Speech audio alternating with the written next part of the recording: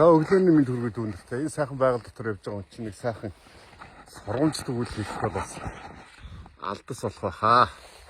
За ингээд нэг сургамж төгөөл хийлээ. За нэг аав хүүдээ нэг жигтэйхэн андгинсан боосон нэг хуучны цаг гарч ирээд хэлж гинэ. За энэ бол миний өвгөөс надад өглөөж өгсөн цаг, их үнэтэй цаг.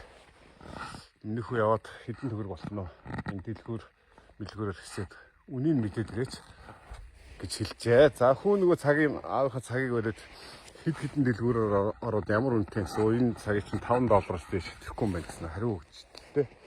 За инхээр аав дээрээ гүйжирээ та одоо шал дэмий надад үзүүлэх юм. Өөх яа одоо шараа боллоо $5-аас дээш итгэхгүй юм байна. Энэ хуучин юм чи аргагүй шүү. Хин лав хин зүг гэж тэ гэж бохимджээ. За тэгэхээр наав за энэ хажуу талын үзэд хуучин идлийн үзэсгэлэн нээгдэж байгаа юм байлаа олуулсан. Миний хүү тэн дээр очиод нэг хүнээс асуучаад их тэгээд одоо болий доо гэж хэлж байна. За хүү давхиж очсоо нөгөө газар наа хүнээс асуучаад хар хурдаараа давхиж орж ирлээ шүү. За минь энэ ч бүр $100 үнэтэй дээ шүү дээ. Яана ч гэсэн баяртай мэдээ дуулгач дээ. За тэгэхээр аав нь ингэж хэлсэн. Би наад цагийг чинь $100 зарахгүй. Хамгийн гол нь би хүүдээ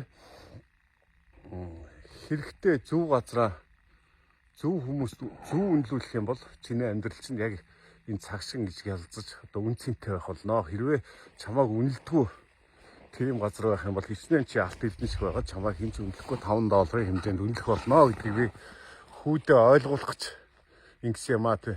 Ерөнхийдөө бол аав наад цагны ч үнэ цэнийг мэдж байгаа $100-аас илүү үнэтэй юм зөвхөн хүүдээ би ийм зүйлийг ойлгуулах гэж чамааг ингэ зоос юм аа гэж хэлж гинэ. За ингээд энэ сургамж төгөөлгөөр та бүхэндээ юу хэлэх гээд байна гэхээр хүн аливаа газар үн цэнтэй байж байгаа тэр газараа л одоо ажиллаж амьдрах юм бол өөртөө илүү одоо үр дүнтэй ашигтай байдаг гэсэн ийм бяцхан одоо ямар ч хүнд ойлгомжтой зүйлийг хэлхийг хүссэн юм аа.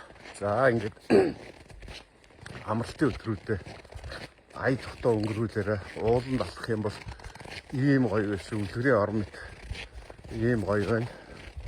За ингээд анхаарал тавьсан сонсогч дүүнэртээ баярлалаа. Баяр таа.